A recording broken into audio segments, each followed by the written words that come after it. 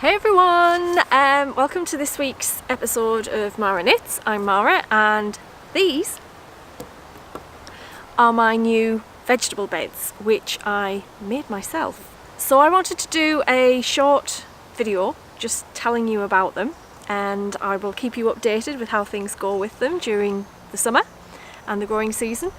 They are made out of old decking which we were gifted by my sister-in-law. Hello! Dog. We were gifted by my sister-in-law, and basically it was girl with power tools. I get told off by my friend for saying that because she says it's not girl power, it's goddess power. So, you know, goddess with power tools. So it was 95% goddess with power tools and maybe 5% her husband holding things while she attacked them with power tools. And essentially I made these. So all of the wood was reclaimed, as I said. I did, however, have to go out and buy a few screws. Most of the screws that I used were left over from a previous project, but I didn't quite have enough to finish off the smaller bed, so I did have to go out and buy a few wood screws. So all in all, not counting the electricity used and time, the whole thing cost us £4.50. I'm really pleased with that. It took a lot more to get them filled. So we filled the bottom with compost from the garden and turf that we'd taken up to put down the base of what is going to be the new greenhouse. And then we topped off with compost. Now, the compost we did have to buy. I'd have preferred not to have to buy it, but you know, you've got to do these things. So the compost we did have to buy, and it did come in plastic bags. Now, I wasn't overly happy with that, but what I was able to do was use the plastic bags and a staple gun to line the inside of the beds to give them a little bit more protection rather than coating them with loads and loads and loads and loads of chemicals and things like that. Ideally, I would like to grow everything from seed. I'd like to plant the seedlings, harden them off in a coal frame, and then plant them out into the veg beds. That hasn't happened this year for a few reasons. We don't yet have a cold frame, although I've got plans for that. We're going to have one. We're going to have one soon. Because it was later than what I would have wanted to set seeds off, I decided to go with a friend to a local nursery and buy some vegetable plug plants.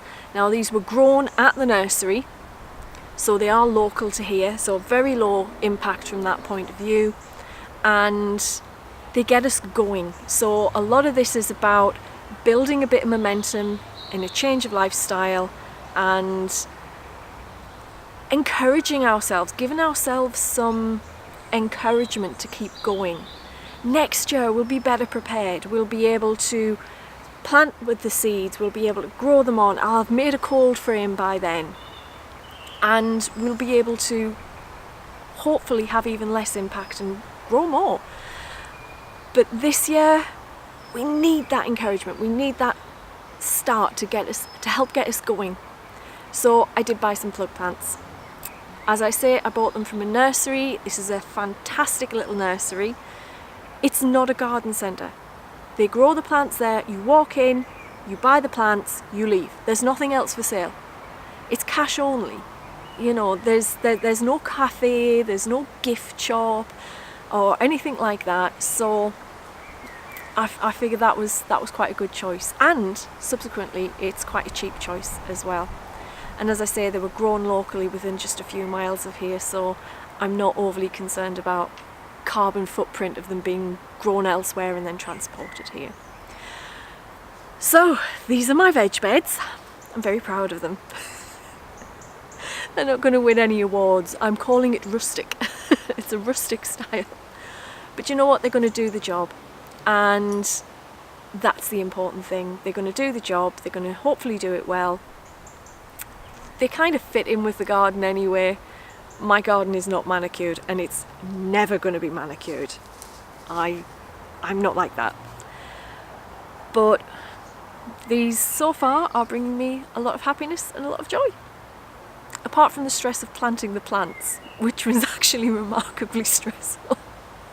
I have no idea why. It's ridiculous. I mean, you take them out of the little plug things, you put them in. But there we go. So what do we have? We have cauliflowers, we have beetroot, we have spinach, we have peas, 2 types of lettuce and some red onions. And next up is going to be to convert some of the pots that need redoing that used to have pretty flowers in, and we're going to convert them and do some more little wigwams and put peas in, and I might even have a go at beans.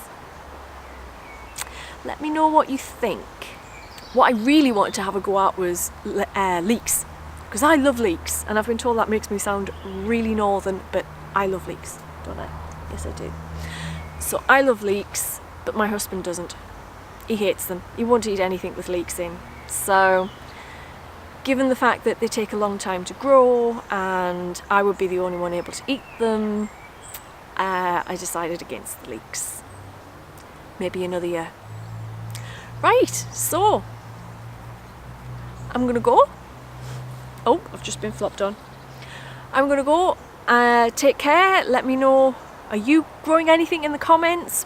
What are you growing? What would you suggest I do next, growing wise? We do have a few strawberry plants, and I think we might be getting gifted some raspberry canes, but I'm not sure about that. I nearly forgot. We planted an apple tree. It's a tree. We planted it. It's an apple tree. It's actually an old Victorian variety, russet. Can't remember the exact one.